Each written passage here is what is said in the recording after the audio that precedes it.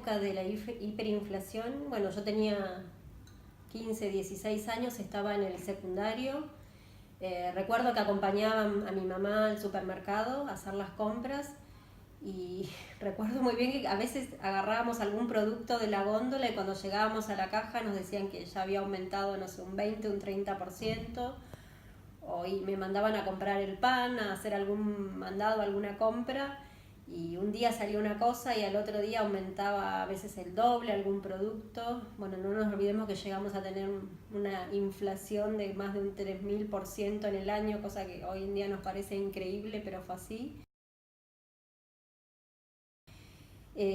Otra cosa que también quedó muy grabada en mí fue el tema de los saqueos y además, bueno, obviamente la falta, no solo por los saqueos, sino por el costo de los productos, la falta de productos alimenticios, había mucho faltante. Me acuerdo que no había azúcar, no había yerba, no había aceite, y el temor a los saqueos era algo que realmente nos preocupaba en las zonas, en las avenidas principales donde había negocios. Habitualmente estaban sellados con chapas. Me acuerdo que la gente cerraba o a veces se quedaban arriba de los techos custodiando porque decían que podían llegar a venir a saquear. Y después, bueno, la falta de productos realmente era terrible. En mi casa mi mamá hacía el pan, hacía pizza casera, teníamos una huerta y teníamos tomates, zapallos, lechugas, acelga. Había algunos productos, algunas cosas que las cosechábamos ahí y tratábamos de todo lo que se podía hacer en casa, se hacía, y obviamente con muy pocas cosas. Era o fideos con tuco, con lo que conseguías, alguna frutas de algún árbol que tenías en tu casa. Realmente era la escasez era terrible. Otra de las cosas que recuerdo muy bien eran los despidos masivos. Yo tengo 3 hermanos mayores.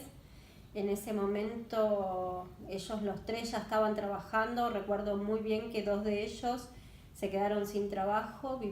Somos 5 hermanos y obviamente mi mamá y mi papá vivíamos todos en la misma casa.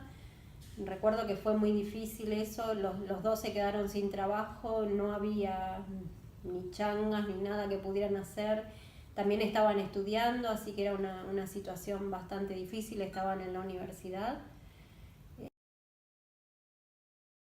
Otro temor grande que teníamos era que a raíz de toda esa revuelta social que había, era que regresen los militares, porque ya había habido varios intentos de subversión de parte de los militares, y me acuerdo que eso también nos generaba muchísimo temor. Por suerte no pasó.